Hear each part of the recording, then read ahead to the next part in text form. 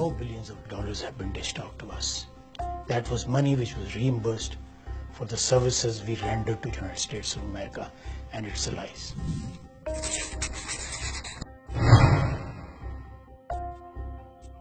I'll be a bit frank. Instead of looking inwardly and try to find what has happened in Afghanistan in the last 10 years or 15 years, you're trying to find scapegoats in our region, especially Pakistan. Now, let me ask a question. The drug production in Afghanistan has gone up with 3,700%. The volume is $120 billion. Are we responsible for that? Daesh is there in 3 provinces. Proven presence. Are we responsible for that?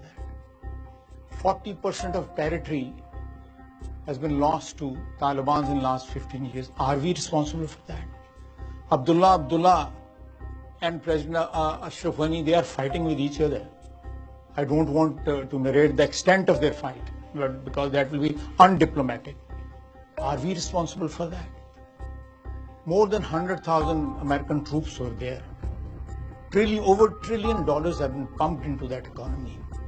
The corruption, the Taliban selling their weapons, Afghan soldiers selling their weapons in open market, in open auction to the Taliban. Are we responsible for that?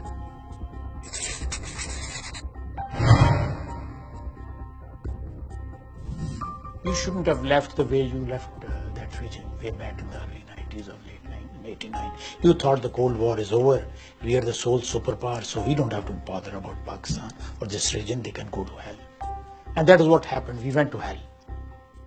We went to hell, and we are still burning in that hell. Our good friends, the Americans, because they wanted to kick out Soviet Union from Afghanistan. That was the objective, and we supported. We supported, and in the process, our ethos was destroyed. That is the problem. That is the tragedy.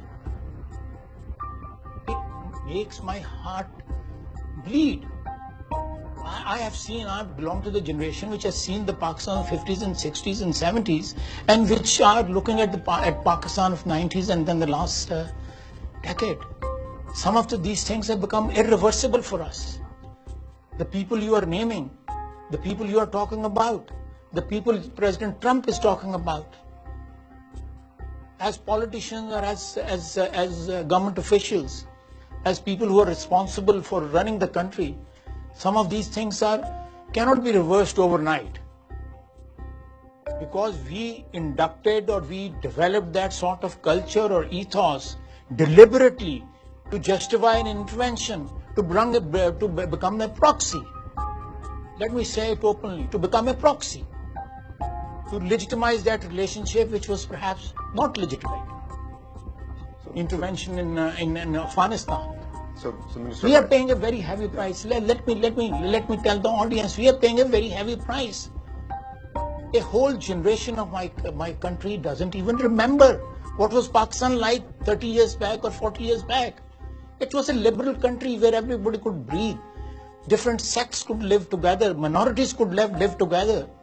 Christians, Hindus, Muslims, Shias, Sunni, Barelvi, Wahhabi. They were all Pakistanis.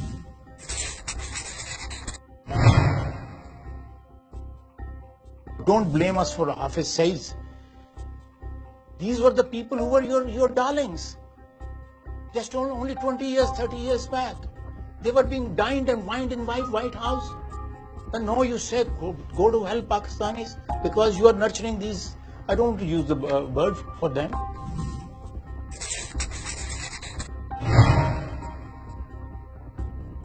We're large-hearted people. A slight gesture of friendship from your side will make a huge difference.